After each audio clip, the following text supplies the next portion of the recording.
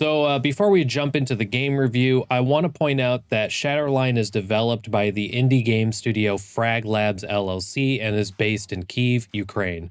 They're utilizing their platform and their game to raise funds for the war effort over there. And if anyone from Frag Labs sees this review, keep fighting the good fight, my friends. All right, let's get into this first impression.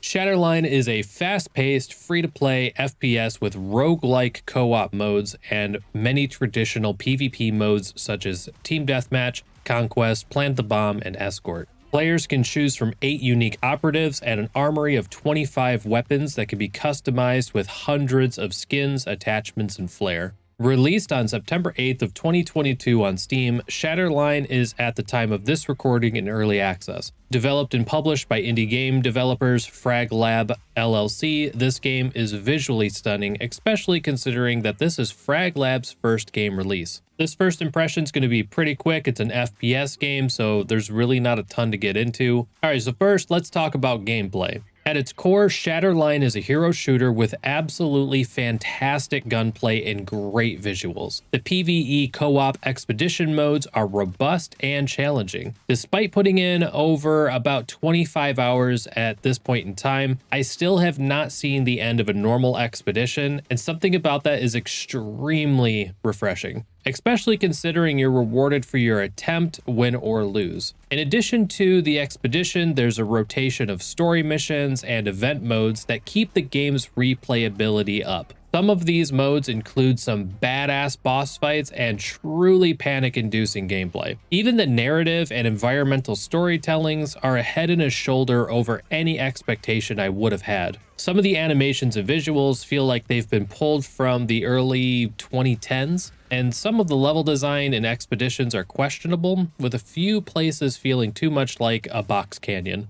The PvP modes are pretty good, and this is coming from someone that doesn't like PvP shooters all that much. The gameplay is generally fast-paced with one-shots aplenty, which can be frustrating, but you get back in the fight so fast it doesn't really matter too much. The mix of abilities, fast mobility, good level design, great gunplay, and balance makes for a all-around satisfying experience. Nothing groundbreaking to be sure, but it plays quite well for what it is. The game has a lot of hero shooter qualities, most directly comparable to Call of Duty Black Ops 4, except with more creative focus and better execution, which says a lot given that Black Ops 4 is a AAA game from a multi-billion-dollar studio, and this is an indie studio's first title, and it's self-published from an active war zone. So how much content does Shatterline currently have? The game's in early access and was prematurely released due to publishers backing out and a literal war coming to the doorsteps of the development studio. Despite all this, the game features 8 characters, all with unique abilities and an RPG Holy Trinity feel. Each of those characters have dozens of customization options, from outfits, hats, masks, glasses, hair options, and a ton more. There's one main PvE mode, a rotation of 3 to 4 story and event modes,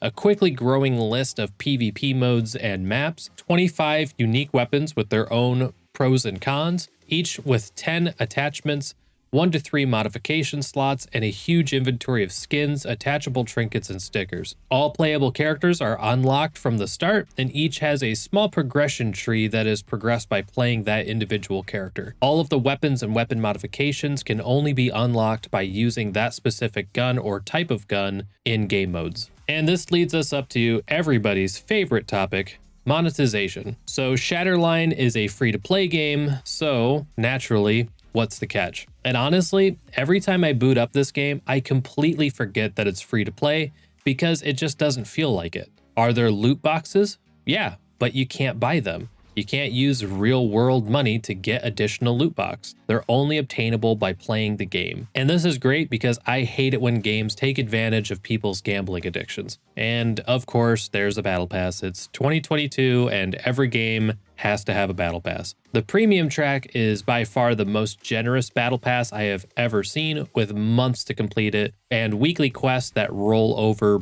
week to week. Generally, there's a complete lack of FOMO here. Is there a cosmetic store? There is, but it's pretty limited at this time. with a small inventory of rotating items. The best looking items I've seen so far in the game are only obtainable by playing the game, and a couple from completing the battle pass. Not too bad. Not too bad at all. Again, I really want to emphasize the absolute Giga Chads, which are the developers that self-published and are developing an FPS game during a literal wartime and supporting their people. You guys are my heroes, and I hope the rest of the gaming industry will take notice. So let's talk about some pros, some cons, and then I'll give you my final thoughts on Shatterline. So let's start with the cons. The game does have some bugs, sometimes crashes to the end screen, and netcode related hit registering problems can happen. These are being worked on and fixes are coming quickly, but some of these bugs will definitely kill the fun with a quickness and end your experience. Expeditions can be repetitive at times, with some maps being too big and too empty. Some expeditions have increased difficulty by pure mob density rather than interesting mechanics. In my humble opinion, the answer to a content void should never be to spam waves of infinite spider mines or mobs falling from the ceiling. So what are my biggest pros about Shatterline? The gameplay is such a great mix of different games and genres. Shatterline collected the best elements of many FPS games like Black Ops 3 and Apex Legends, combined them and trimmed the fat. The sheer amount of content this game has in early access is astounding. With a small indie team, this game has delivered the kinds of content and progression systems games like Halo Infinite failed to deliver. Loot boxes that you can't pay for, generous game passes, and a considerable lack of FOMO make Shatterline's monetization model the best I've seen in a free-to-play game, full stop. The Overwatch 2 team could definitely take some notes here. In conclusion, some of the elements here feel a bit generic and simple, it's true, but I don't mind that really. In its current state, Shatterline is set up to develop further into its own identity and truly shine in the FPS landscape, giving it strong foundations. And this one's a no-brainer. I can't even allude to the idea that I might not like Shatterline or I might have an opinion that's somewhere in the middle. It's not. This game has it all for me. A game studio with integrity, no wasted development time trying to reinvent the wheel, a get in the action quickly gameplay model, and a fair monetization setup. What the hell more could you possibly want from a free-to-play, first-person shooter indie game? That was wonderful. Bravo! I loved that. Oh, it was great. Well, it was pretty good. Well, it wasn't bad. Well, there were parts of it that weren't very good, though. It could have been a lot better. I didn't really like it. It was pretty terrible. It was bad. It was awful. It was terrible. Get him away! Hey, boo! Boo!